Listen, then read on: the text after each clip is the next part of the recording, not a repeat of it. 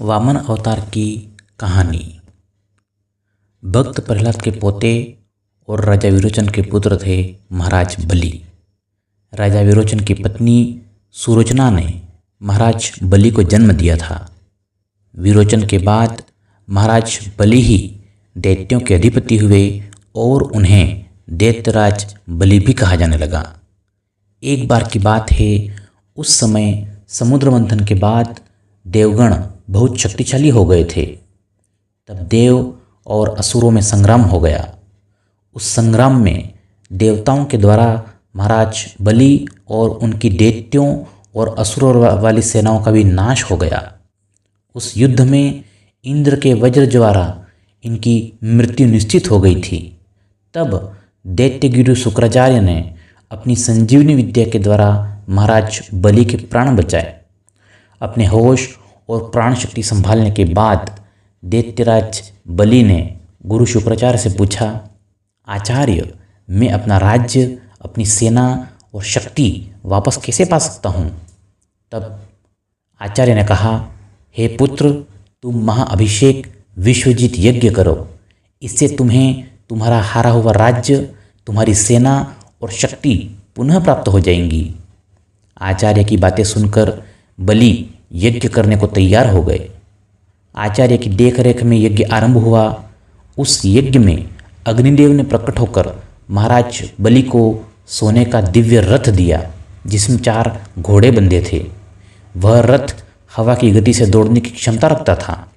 साथ ही साथ यज्ञ से बलि को दिव्य धनुष, बाणों से भरा तरकश और अभेद्य कवच प्राप्त हुआ।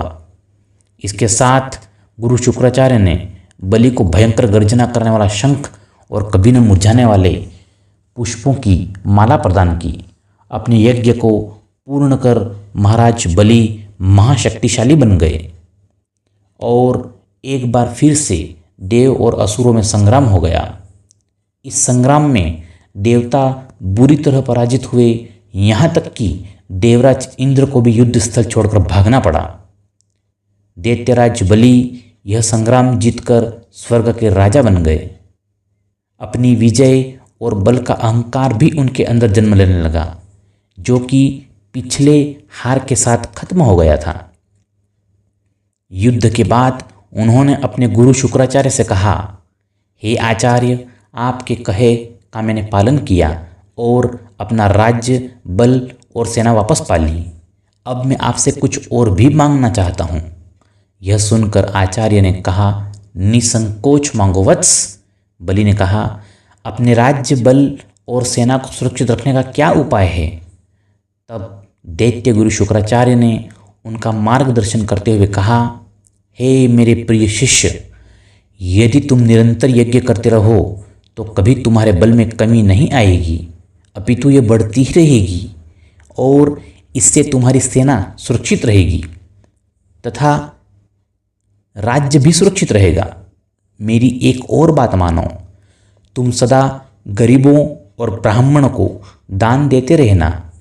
इसे जन्म लेने वाली ऊर्जा सदा तुम्हारे लिए हितकारी होगी। यह सब सुनकर दैत्यराज बलि ने हाथ जोड़कर आचार्य की बातों का समर्थन किया और उन्हें सम्मान दिया और ऐसा आजीवन करने का संकल्प लिया। वो हमेशा चलने वाले यज्ञ करवाने और सदैव दान के लिए तत्पर रहने लगे।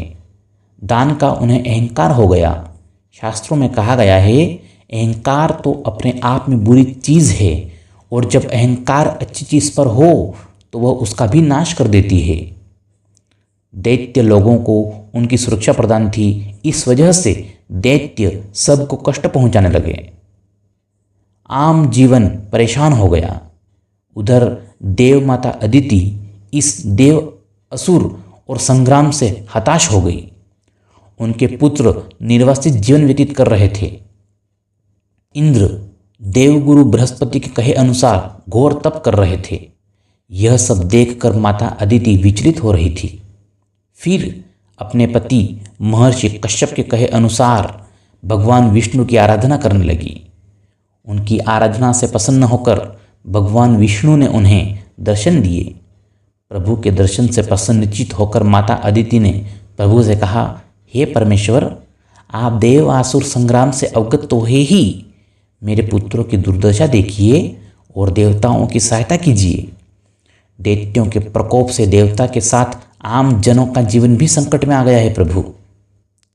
ऐसी विनती सुन प्रभु ने अदिति माता से कहा, हे देव माता, मैं अपने भक्त से युद्ध नहीं कर सकता, ना ही उसकी मृत्यु का कारण बन सकता हूँ, परंतु मैं आपके गर्भ से वामन अवतार लूँगा और देवताओं सहित सबका कल्याण करूँगा।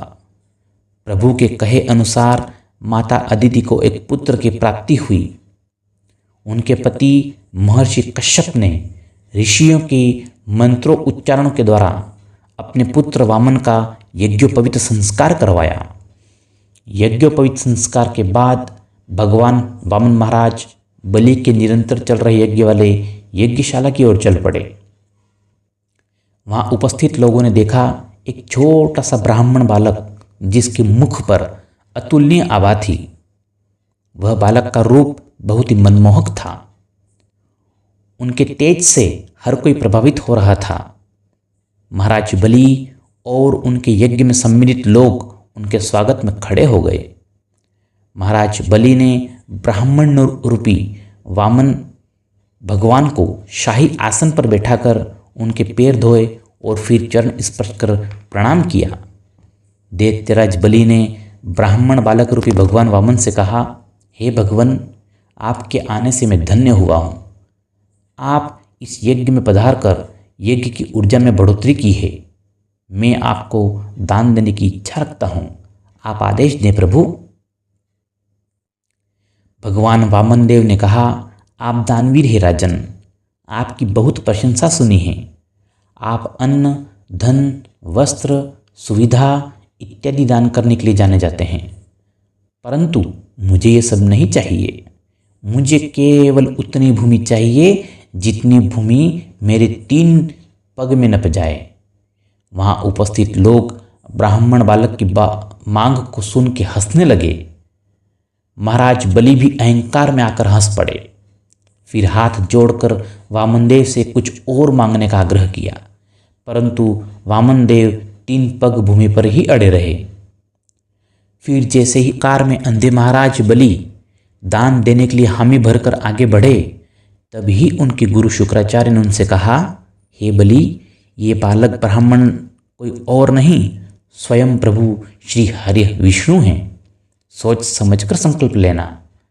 उनकी बात सुनकर दैत्यराज बलि ने बालक ब्राह्मण को देखा और प्रभु की अनुभूति करते हुए बोले, हे गुरुवर, संपूर्ण यज्ञ तो प्रभु की प्रसन्नता के लिए होता है।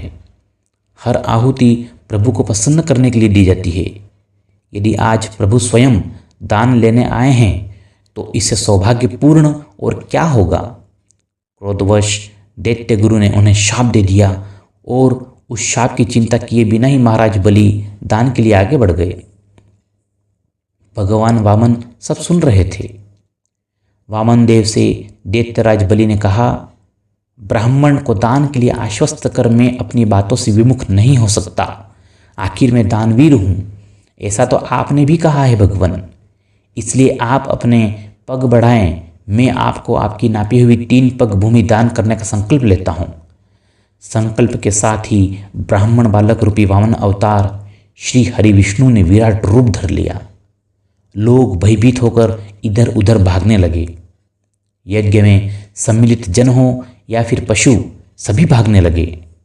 प्रभु ने एक पग में धरती और दूसरे पग में आकाश को नाप दिया और फिर तीसरे पग के लिए अपने पैर उठाए और बलि की ओर देखा।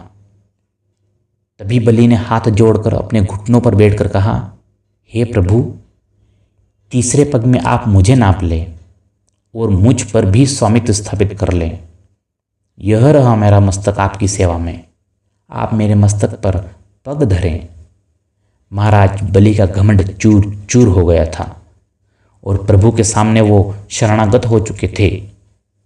परंतु श्री हरि तो भक्त वत्सल हैं, अपने भक्त की भक्ति में बंध जाते हैं।